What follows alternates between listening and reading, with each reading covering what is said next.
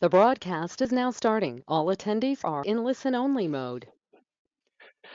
So good morning and welcome to our webinar this morning about an exciting update to Google called MUM, M-U-M. And I know this can be a little bit of down in the weeds topic, it seems like at the surface, but it really is going to revolutionize how Google search is done and thereby how you as business owners and business people, how you generate leads on the internet. So it really is going to have a big impact.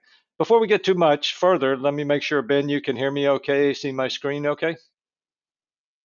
Loud and clear. You look great. Okay, great. Well, if I can get the page to change, let's see here.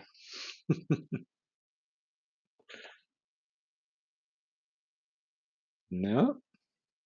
Oh, there we go. Okay, so what is Google MUM? And at the top level, of course, it stands for, not of course, but it stands for Multitask Unified Model. It's a Google technical term. But what it really is going to be is a combination of two primary things. One is uh, implementation of artificial intelligence in a much bigger way than it has done before. And we'll show some examples of how it's starting to do that. And the second thing is a physical change in how search results are displayed. And I'll show you some of that as well. So the three things we're going to cover are the 8 basics of MUM, and these are 8 things to look for over the next 6 months, year, 2 years. This is not going to be a flip the switch kind of change, but it will evolve over at least a year or so. And then we'll show you 3 little things you can do starting now. I think all of us, including our company, need to start making some of these changes and adapting our way of thinking of how we do search engine optimization and how we get our web presence to be improved on Google. And then last, we're going to offer a MUM audit. We'll talk briefly about that as we close. So some history of Google changes. These have, sorry for all the as Ben gets on me, but Panda came out in 2011. That didn't affect us too much. It took actually about 3 years to roll out Panda. And what it did was improve the level of content quality, not to the level we are today, which is the last bullet about contextual content and being able to use artificial intelligence to read things. But Panda just broke up the mold of having trashy websites that the page didn't say anything, and it still got ranked because it had tags and it was stuffed with keywords. Then came Penguin the next year, which took about another year, 18 months to roll out. And we got caught up in that a little bit because it eliminated spammy links or links where we were just looking at numbers of links into your website, and that helped SEO tremendously. But what Google realized, of course, is a lot of these links were spammy. We were buying them over in India, and we had to put a stop to that. And we did it fairly quickly and recovered from it. And now we don't do nearly as much link building as we used to, but it is a still important part of search engine optimization, particularly if they're quality links. Then in 2015 came a big increase in emphasis about having a quality mobile website and the speed of both the mobile website and your regular web-based website, your desktop, laptop-based website. So speed continues to be an important part of search engine optimization. And recently there's a new thing called Web Vitals, which takes that kind of to a next level. But that all started back in 2015. Now is mainstream. If you don't have a website, you're really going to lose rankings. And then in 2019 came BERT, which started probably this MUM update, the use of artificial intelligence to actually read pages on the website, go beyond what the title tags, the description tags, the H1 headers, all those tags. And Google's actually been able to read the website, ask itself if this really quality content, and then adjust rankings per that. Now, the graph on the right talks to a very interesting point that I'm seeing over and over and over in the last, I'd probably say 4 months.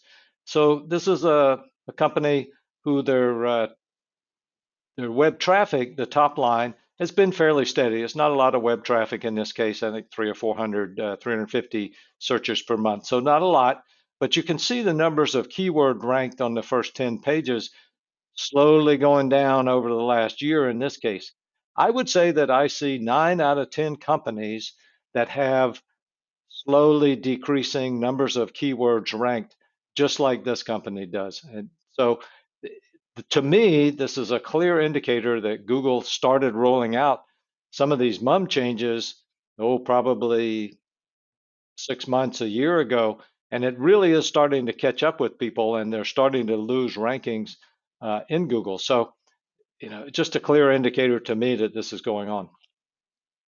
So why should we care about MUM? Well, there's lots of reasons. First of all, search engine optimization is dramatically changing, and it's going to continue to change probably over the next 2 or 3 years as we figure out MUM and we figure out what to do with it. Text rankings are still important, but there's so many other things that are important too, and we're going to show you some of those. In particular, video, audio, images are a must now. You can't get away with just having text on a website. You're not going to be able to compete. And then paid advertising is even more important with MUM, and that's not going to change much, but I think you're going to see a gradual improvement in the effectiveness of the Google paid ads. One thing that's not on this slide that probably should be is for companies. We have a client, hydraulic.net, who wants to sell more globally. MUM is going to help dramatically because it's going to start translating those websites into 25 different languages. And so there won't be a need for a Spanish language website in Mexico or a Turkish translated website in Turkey. Those things are going to come automatically. So let's go through the 8 big changes of MUM. And this is just a high level summary for CEO level people of how this is going to affect your ability to generate leads. So first of all, and I think the most important, is the use of artificial intelligence. So Google is going to now give you what it thinks you're looking for as the start of a web page. And so in this case, if you look on the right, I searched for USA mega yacht shipyards, doing some research for a prospect. First of all, it corrected me to say, hey, most people search for mega yacht as 2 words as opposed to 1 word. Now, it's been doing that for a while, but you can see that's, again, kind of a function of artificial intelligence, where they're saying our data shows you should be searching for this word, not that word. Okay, then instead of giving me an ad or a page, or it's not a product, it's not appropriate for a product, but typically you would see an ad at the top of this page. But what it gave me instead was, here are America's 10 best yacht builders. So I didn't look for 10 best yacht builders, but that's what it thinks I'm looking for. So it's given me what its artificial intelligence tells it that I probably am looking for. So that's an interesting. And then the other thing it does is it gives me an image over there of a mega yacht. So you can see, it's important to know that this is not even an ad at the top, right? In the past, I might have seen an ad for, say, Rybovich Yacht Shipyard, and so, but that's not what's there anymore. So the second thing that's really vitally important, and this may be the most important thing, is we're going to see a lot more different types of things on page 1. So yes, text results, we're still going to see those where it's a paragraph of text, a title tag, a description tag. It goes off to a page in a website. But we're going to see videos. We're going to see the local results. We're going to see podcasts in some cases, although I have not seen a lot of examples of podcasts yet, but there's a lot of claim that that's coming. Shopping results, we see images. We're going to see more and more of that. Of course, we see the My Business pages, the Google My Business pages there. Lots of answers to questions. Boy, if there's one thing I see in search results these days, it's Google trying to answer any possible question that you might ask related to your basic search term. Then, of course, you'll still see paid ads, sometimes at the top, sometimes at the bottom. But those are going to still be important. And then there's going to be related searches and related information, which has been rolling out for a little while now. Now, an interesting thing related to this is, again, back to my original search, was I searched for USA Shipyard. Okay, this was at the bottom of the page, these 2 images. It gave me data on UK shipyards and shipyards in India, saying, okay, if you're down at the bottom of the page now and you haven't found what you're looking for, maybe you'd rather have a shipyard in the UK or in India. So again, it's a function of their artificial intelligence saying these people may be looking for USA, but maybe they're closer to some of these other places. So I just thought it was a perfect example of, well, you just never know what's going to show up on the first page of Google any longer. Okay, so third thing, and this is important too, all is important, but there's going to be more different kinds of medium, meaning video, audio, products, just all different kinds of search results listed higher on the page. So this is another search result for me searching for 2012 Jeep air conditioner troubleshooting. Not a surprise why I'm looking for that, but what it shows me, very first thing on the page, not my local air conditioning shop or car repair shop or Jeep dealer or any of those things. What it shows me is a video of how to troubleshoot this myself. It gives me 3 videos. And then for the bottom video, it gives me an interesting, it says, here's the 10 key moments in this video. And then it gives them to me. So the first one is at 39 seconds, it's testing the lines for leaks. Then it tells me how to check the condenser. And then if I go out to a minute 10, how to visually inspect for a leak. So it's looking at this video, analyzing what's in there and breaking it into chapters. So this is incredible. And, so only artificial intelligence can actually do that and put it into something that makes sense and give me a video broken down by chapters. So it's just incredible. Next is transition or translation into the 25 languages. So on the right is a Mexican website. You can see how Google translated. I don't speak Spanish, so I don't really know if the translation is perfectly good or not. And we know that there's been issues with the Google Translator, but by all indications, Mum's going to do a lot better job, and Google is going to use it to point out that if there's a Mexican website that's better than a USA website, they're going to translate that site and put it on page 1 as a search result. So that's going to dramatically improve your ability to go compete globally. And you can read this, come relax amid the beautiful beaches and tropical weather. It's a pretty good translation. Whether it's true or not, who knows? But it's going to allow companies like hydraulic.net, other companies who do have a global reach in terms of their products and services, to reach into more countries without doing too much, except maybe simplify your language a little bit, make sure you're using appropriate images and that sort of thing. But the opportunity here is huge for some companies. Next thing is measurements, and this is a little more of a technical issue for us as an SEO company, but also for you as you set up what your KPIs are and how you're going to measure the success of search engine optimization. Those measurements are going to have to change. So yes, lists of keywords and rankings are still important, and that's how we do our business, because that's still a great starting place of what are you going to write your website about and what are the keywords your customers are looking for to find you. But these tools and metrics are going to have to adapt. We're going to need ways to calculate video rankings and how many of your videos are on the first page of Google, and are your images listed in the, at the top of the image results for Google results.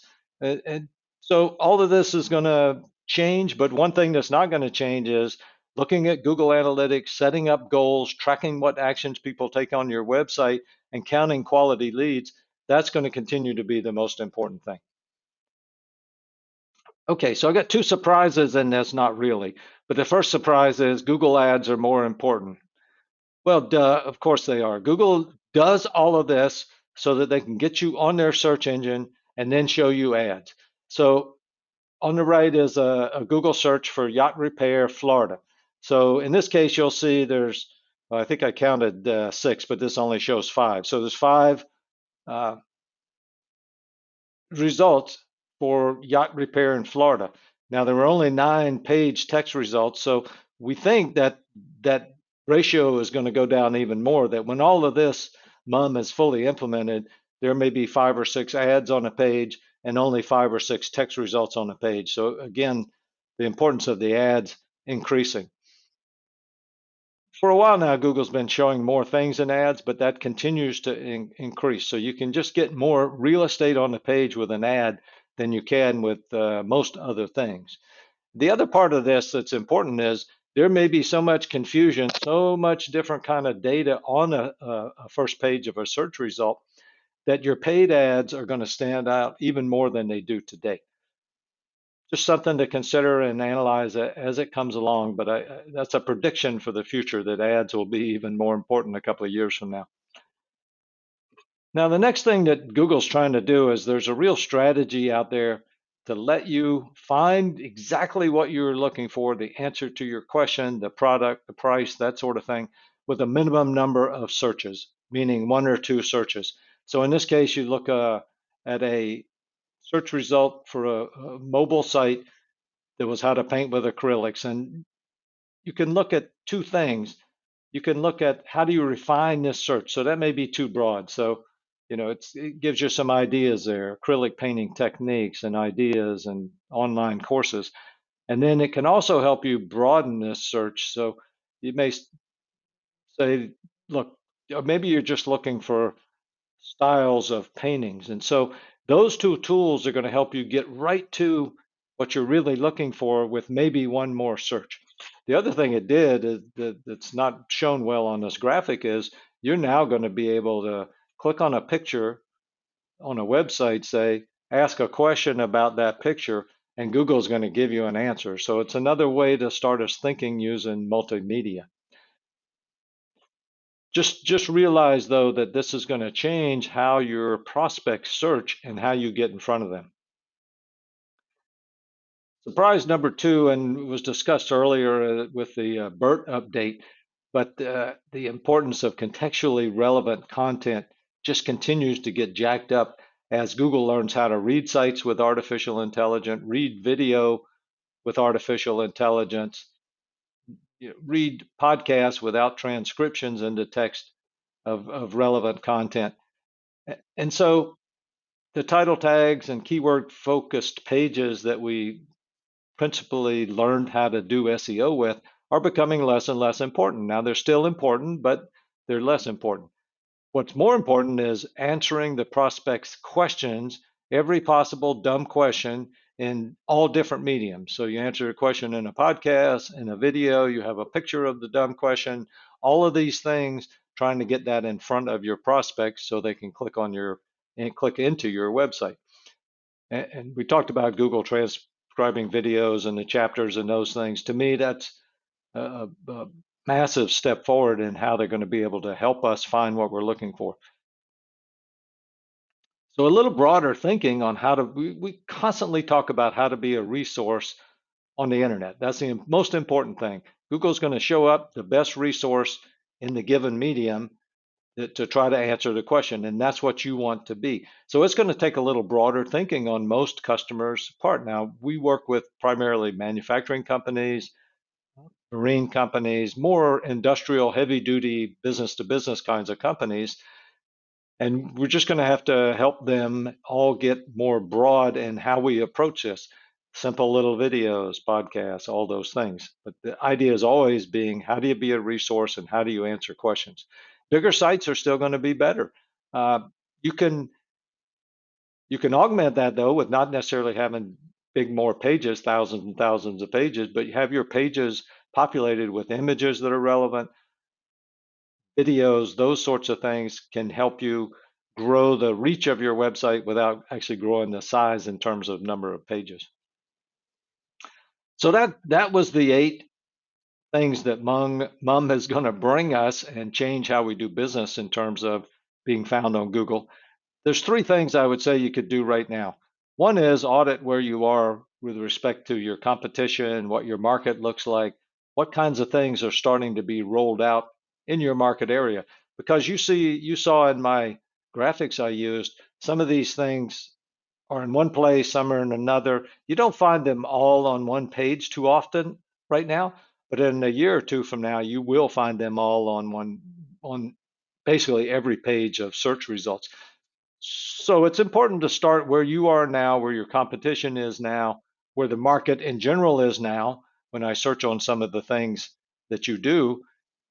And that's how we put together our strategy for what we're going to do next. And in every case, I would suggest that you add one new medium, you start adding videos or you take on podcasts. And we've talked about this before. This is not the first time we've discussed this, but it's becoming vitally important now. It just can't be put off much longer. So you've got to start getting in the flow of adding different kinds of medium besides just text pages. And then the other thing to think about is, how can I answer 10 questions about what kinds of things my prospects are looking for every month on my website? And really all that is taking 10 minutes, write down what are 10 questions that people might like to know about the products and services that I sell. And then we go figure out how to put those on a page. Could be in a frequently asked questions page, something simple, or it could be a video about these different things, or it could just be modifying what's on our pages now so that at least those things are on there. But a consistent change in your thought process of how am I going to answer all the possible questions that somebody might ask so that I might have a better chance of being found. That's what's got to happen. So we'd love to help you with an audit of your website versus the competition. It's important to know where you stand, see some early trends, get some new ideas, possibly baseline and add new KPIs, because that's definitely going to be a requirement as we go forward. So we're offering this, for our current customers, we'll do this for free, of course. For any new customers, it'd be a modest charge, but I think it would be really important for you to know this. So thank you for your time this morning. It's been a pleasure, and call us to discuss any of your growth needs as it relates to digital marketing. And as I said, we'd love to help you with an audit of Google Mum and see how it's going to affect you and your business. Thank you very much. So any questions, Ben, as we close up the video this morning?